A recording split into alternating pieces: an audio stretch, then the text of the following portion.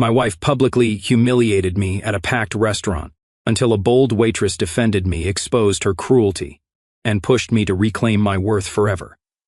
Humiliation is sitting in a packed restaurant while your wife tears you apart in front of strangers, and then watching a gorgeous waitress hand you her number right in front of her face.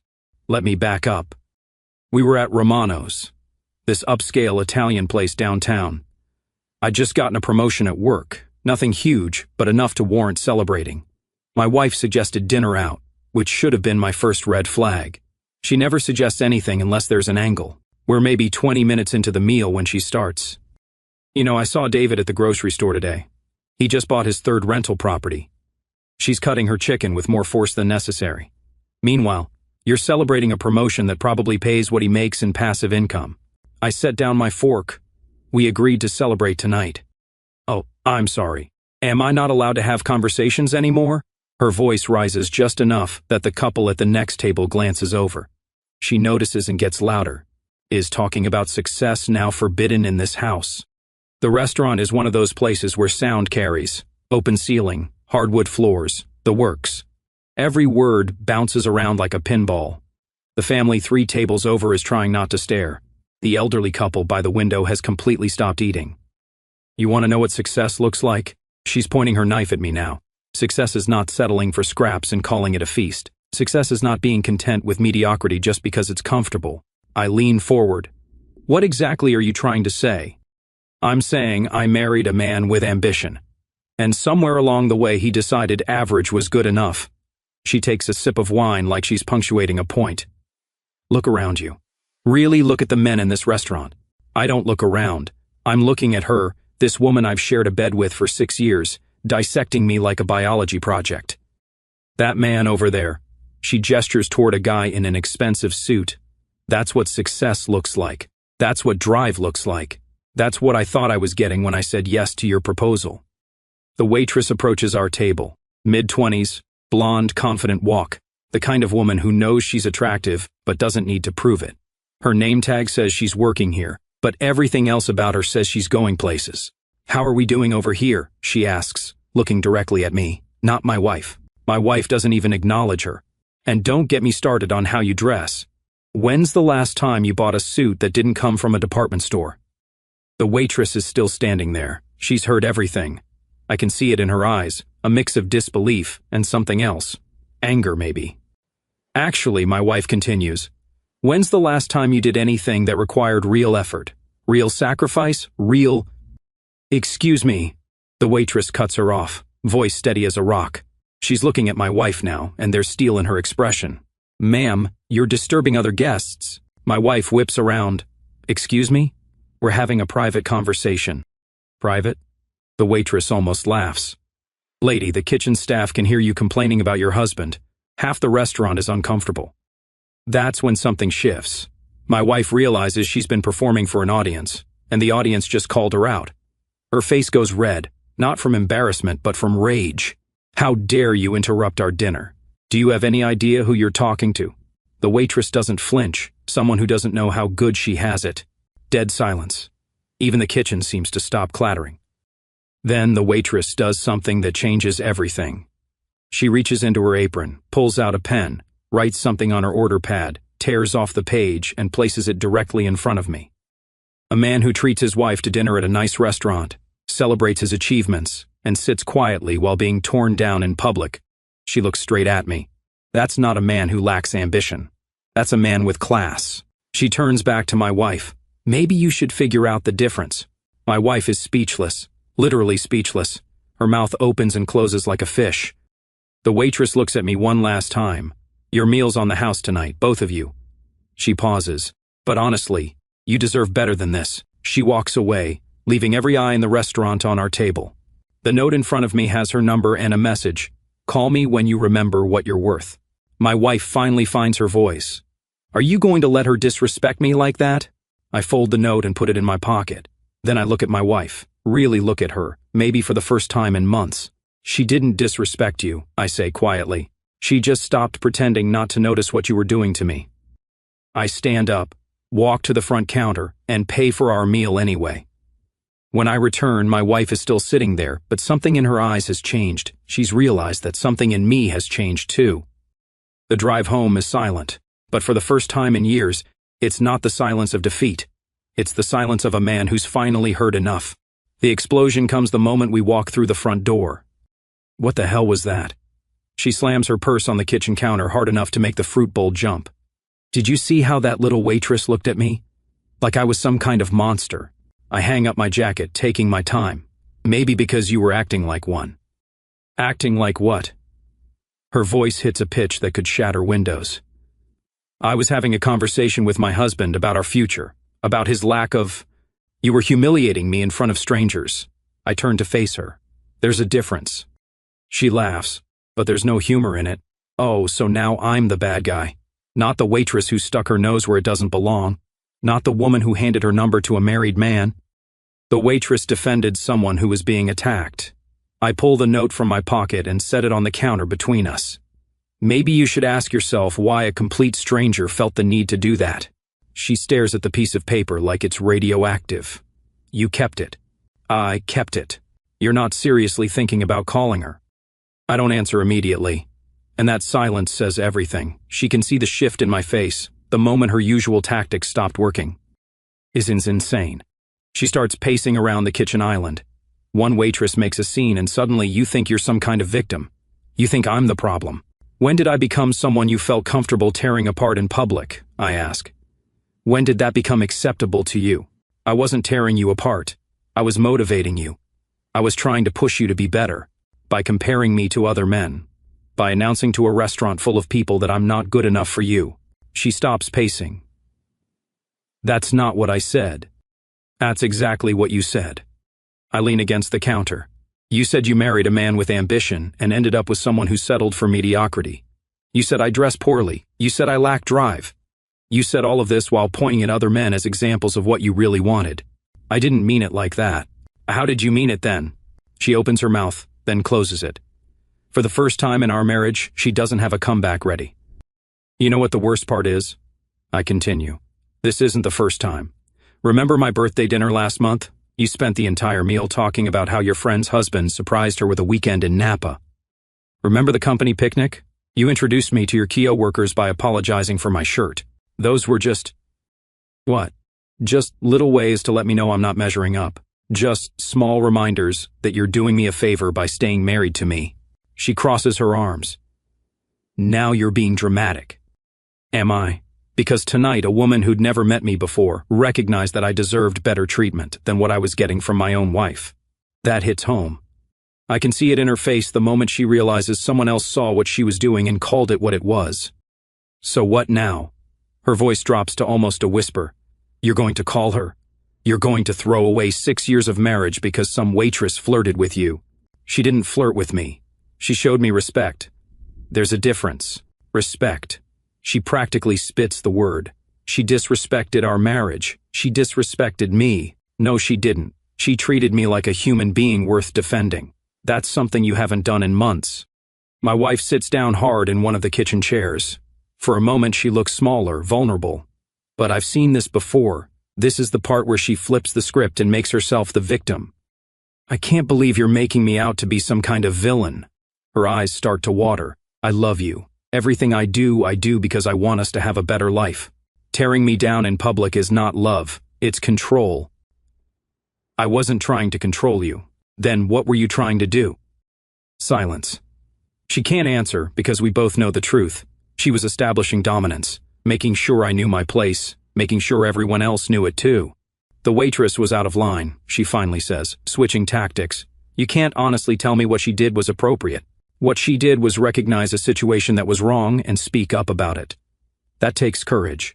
Courage. My wife stands up again, anger returning. She's a waitress looking for a tip.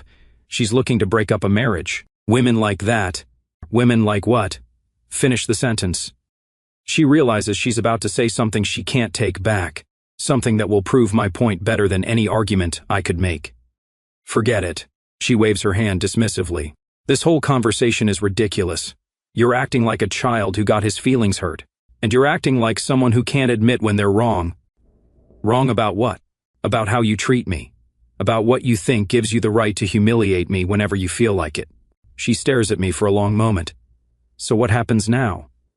I pick up the note from the counter and slide it back into my pocket.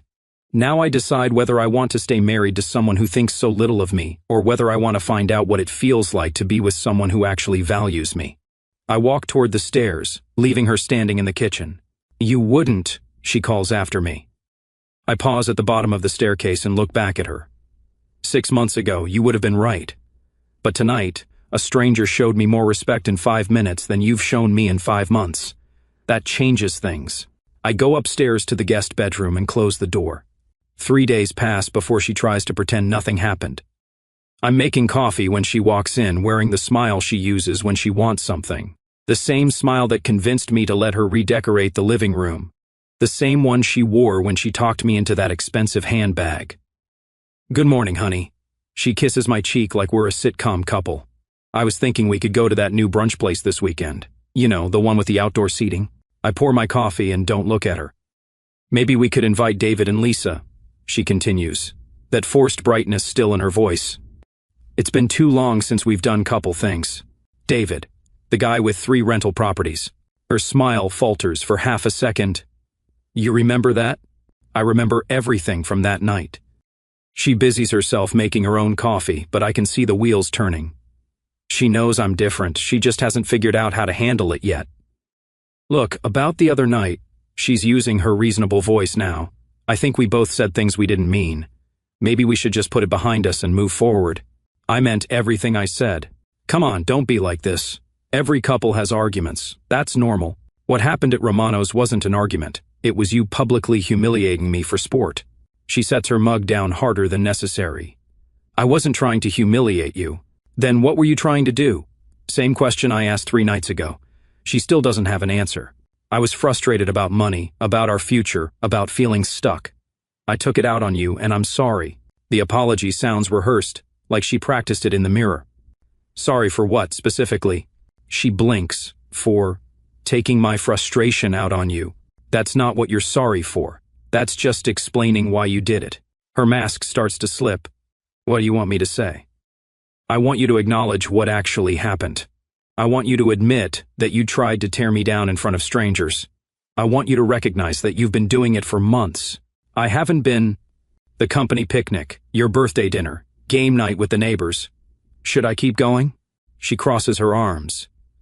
You're being oversensitive. There it is. I almost laugh.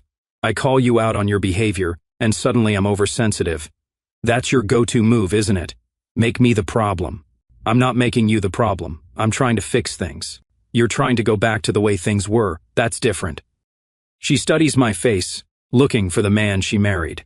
The one who would have apologized by now for making her feel bad. The one who would have thrown away that waitress's number and begged forgiveness for even keeping it. What do you want from me? She asks. I want you to understand that the way you've been treating me is unacceptable. I want you to acknowledge that you don't get to tear me down just because you're having a bad day. I want you to recognize that I deserve better. Of course you deserve better. I never said you didn't. You didn't have to say it. You showed it. Every time you compared me to other men. Every time you criticized me in public. Every time you made me feel small. She's quiet for a long moment. So what happens now? Are we just going to keep having this conversation forever? That depends on you. On whether you can admit what you've been doing and change it, or whether you think I'm just going to go back to accepting it. She laughs bitterly. This is about that waitress, isn't it? She gets in your head for 5 minutes, and suddenly you think you're some kind of prize. This is about me finally recognizing my own worth. Your worth? Her voice rises. What exactly do you think you're worth? 6 months ago I wouldn't have had an answer, but now I do. I'm worth being treated with respect by my own wife. I'm worth having a partner who builds me up instead of tearing me down. I'm worth being with someone who doesn't use me as a punching bag when life gets frustrating. That's not what I do. That's exactly what you do. She slams her coffee mug on the counter. Fine. You want to know what I think? I think you're having a midlife crisis.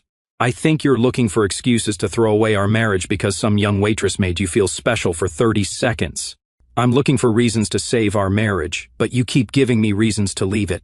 The word surprises both of us. I hadn't planned to say it, but once it's out there, I realize it's true. Leave. Her voice gets small. You want to leave me? I want to be married to someone who actually likes me. If that's not you, then yes, I want to leave. She stares at me like I've grown a second head. This isn't how these conversations usually go. Usually I'd have apologized by now and we'd have moved on. She'd have gotten her way without having to change. You're serious? Dead serious. Because of one bad night at a restaurant.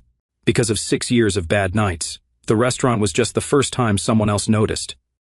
She turns and walks toward the living room, then stops. And if I don't change, if I can't be this perfect wife you suddenly need, then you'll be single and I'll… What? Find someone else? I finish the sentence for her. I'll find out what it's like to be with someone who actually values me. And honestly, that includes most of the people I meet these days. That hits home. She finally understands how low the bar has become. This isn't you, she says quietly. This isn't the man I married. You're right. The man you married would have sat there and taken it. The man you married would have apologized to you for embarrassing you by accepting another woman's kindness. The man you married would be begging your forgiveness right now. I finish my coffee and rinse the mug in the sink. That man is gone. And you killed him. I go back to Romano's on a Thursday night exactly 1 week later. Not because I'm looking for the waitress. Not to prove anything to my wife. I go back because I refuse to let her behavior dictate where I'm comfortable eating. The hostess seats me at a different table, but I can still see the spot where my marriage started falling apart. Where a stranger showed me what respect looked like, and where I finally found my voice again. I'm halfway through my meal when she appears. I didn't expect to see you back here, the waitress says, sliding into the seat across from me without being invited. Her shift is over, she's in jeans and a sweater now. Especially not alone. I like the food here. I'm not going to stop coming because of one bad night. She studies my face. How bad was it when you got home? Bad enough. She blamed me for everything, among other things. The waitress signals another server and orders a glass of wine. I probably shouldn't have gotten involved, I know that. But watching someone get torn down like that, I couldn't just stand there. Why not? Why? She tilts her head. Have you ever seen a dog get kicked by its owner? The dog doesn't fight back. It just takes it and keeps coming back, hoping next time will be different. Are you calling me a dog? I'm saying, I recognize the look, that expression of someone who's been beaten down so many times they forgot they have other options. And you thought you'd enlighten me? I thought I'd remind you that not everyone sees you the way she does. The server brings her wine. She takes a sip and looks at me over the rim. Did you call the number? No. Why not? Because I'm still married to someone who treats me like garbage. Marriage means something to me, even if it doesn't seem to mean much to her anymore. She nods slowly. Respect. I can understand that. But can I ask you something? Sure. What are you trying to save? The marriage you have now, or the marriage you wish you had? The question catches me off guard. I've been so focused on whether to leave or stay that I haven't considered what I'm actually fighting for. I keep thinking about the woman I married, I say finally. She wasn't always like this. She used to build me up. She used to be proud of me. What changed? I don't know. Maybe I got comfortable. Maybe I stopped trying as hard. I look at her. Or maybe she did. Maybe she stopped trying to earn my respect and started expecting it. Maybe she forgot marriage is supposed to be a partnership, not a hierarchy. You sound like you speak from experience. My parents. 30 years of marriage that looked exactly like what I saw the other night. My mom spent 3 decades tearing my dad down piece by piece until there was nothing left of the man she married. What happened to him? He died at 58. Heart attack. But honestly, I think he died years before that. I think she just finally killed what was left. The weight of her words settles between us. I don't want to be that man, I say. Then don't be. It's not that simple. Isn't it? She leans forward. Can I tell you what I saw that night? I saw a man celebrating an achievement, trying to share a nice moment with his wife, getting torn apart for sport. I saw someone who'd been conditioned to accept abuse as normal. It's not abuse. What would you call it? I don't have an answer. My name is Sarah, by the way. She extends her hand. I shake it. Nice to finally meet you, Sarah. So what happens now? I gave her an ultimatum. Change how she treats me or I leave. How's that going? She's pretending nothing happened. Acting like everything can go back to normal if she ignores it long enough. And you? I'm done pretending. I'm done accepting scraps and calling it love. I'm done being grateful for basic human decency. Sarah smiles. Good for you. Even if it means your marriage ends. Especially if it means your marriage ends. A marriage that requires you to accept disrespect isn't worth saving. We sit in comfortable silence while the restaurant winds down. The lighting is softer now, more intimate. Can I ask you something? I say. Shoot. Why did you really give me your number? She considers it. Because I could see you were a good man who'd forgotten what he was worth. And because I thought maybe if someone reminded you that better exists, you might have the courage to demand it. From your wife, or from whoever you choose to spend your life with. Another silence. She's not pushing, not inserting herself. She's just present. I should go, I say finally. But thank you. For that night. For tonight. For reminding me I don't have to accept being treated badly. You're welcome. I stand and pull out my wallet. Can I give you some advice? She asks. Sure. Whatever you decide about your marriage, decide based on who she is now, not who she used to be, and definitely not who you hope she might become. I nod and leave cash on the table. Will I see you here again? She asks. Probably. I like the food. She smiles. Good.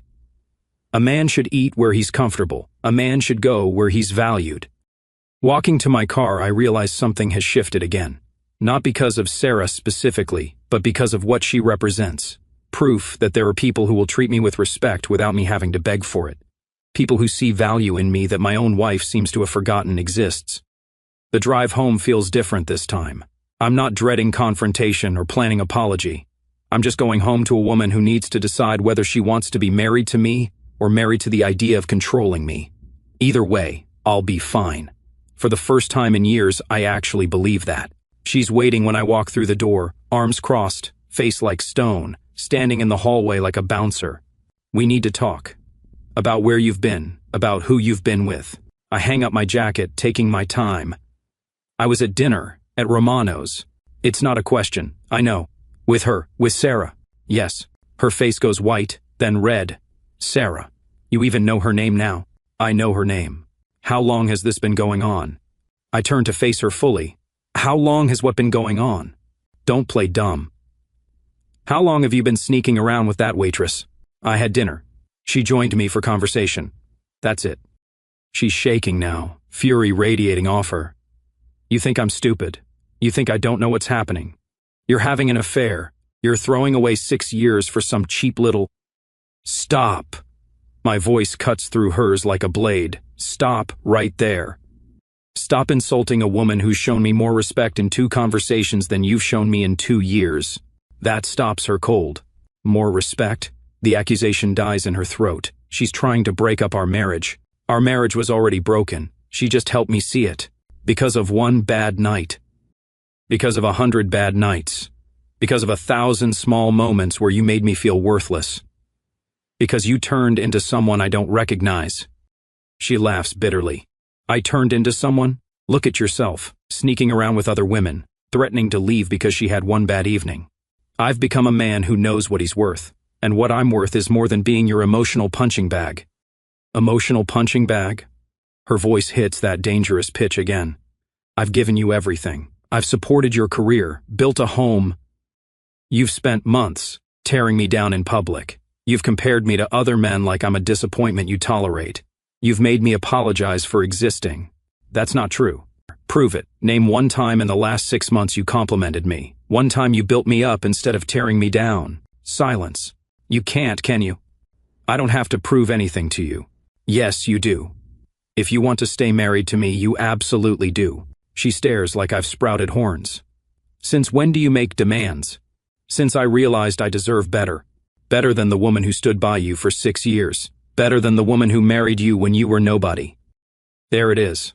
I almost smile. There's what you really think of me. I was nobody when you married me. I'm nobody now. I should be grateful you settled. That's not what I meant. That's exactly what you meant. And you know what? You're right. I was nobody when you married me. But I'm not nobody anymore. And I sure as hell don't need to stay married to someone who thinks I am. So what? You're going to divorce me for that waitress? I'm going to divorce you for me. Sarah has nothing to do with it. Sarah. She says the name like it tastes bad. How convenient she appeared right when you needed her. How convenient she reminded me what respect feels like. How convenient she showed me I don't have to accept being treated like garbage. Her composure finally cracks completely. Fine. You want to know what I think? I think you're pathetic. A weak man having a breakdown because someone finally told you the truth about yourself. And what truth is that? That you're ordinary, that you're average, that you're exactly the kind of man who'd throw away a marriage for the first woman who paid attention to him. I nod slowly. There it is. That's who you really think I am? Yes. Then why did you marry me? She doesn't have an answer. And why would you want to stay married to someone you think so little of? Still no answer. I'll tell you why. Because you need someone to feel superior to. You need a victim. Get out. This is my house too. Get out. I'll pack a bag, but I'm not the one who should be leaving. You're the one who destroyed this marriage. 2 weeks later, she tries the tears. I'm at my brother's, staying in his spare room while I figure out my next move. She shows up unannounced, mascara running, holding a box of my favorite cookies. I made these for you, she says when I open the door. Can we talk?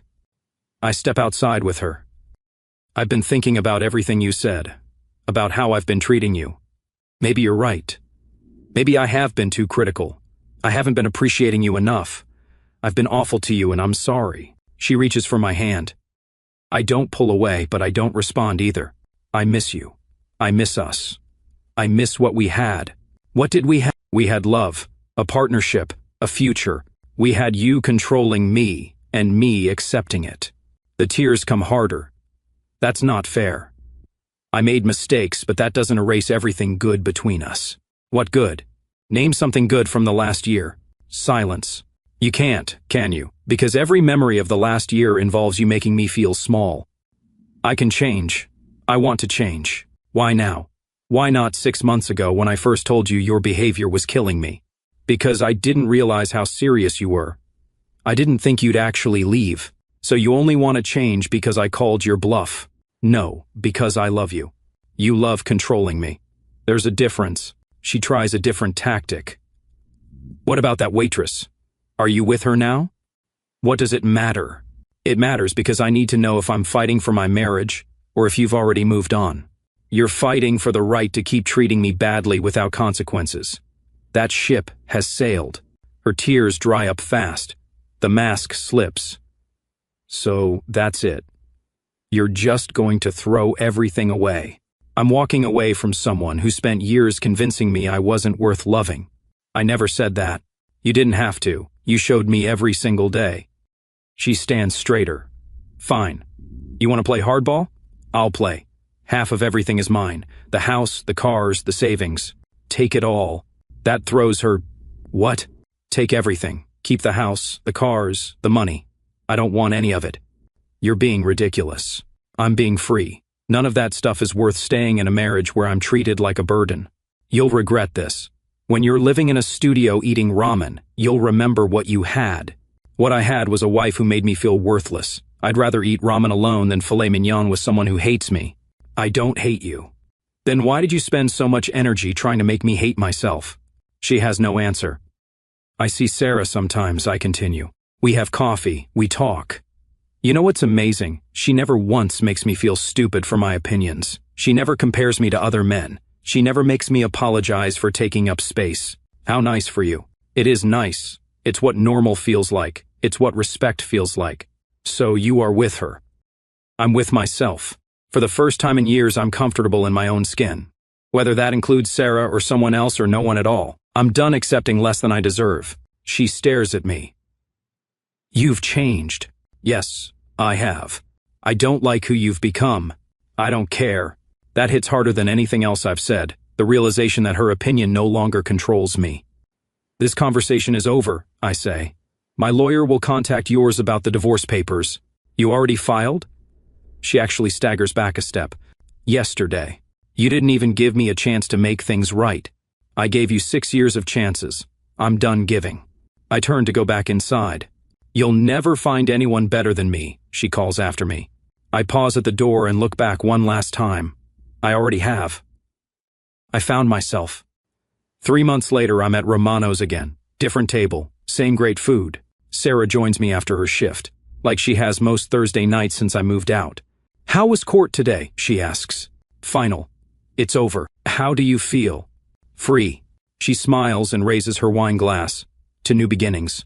To knowing what you're worth. We toast. And for the first time in years, I'm exactly where I want to be. With someone who actually wants me there. Who sees value in me instead of flaws to fix. I'm not the same man who sat in this restaurant 3 months ago getting torn apart by his wife. That man is gone. And good riddance. Our story has come to an end. If you've made it this far, how about subscribing to our channel?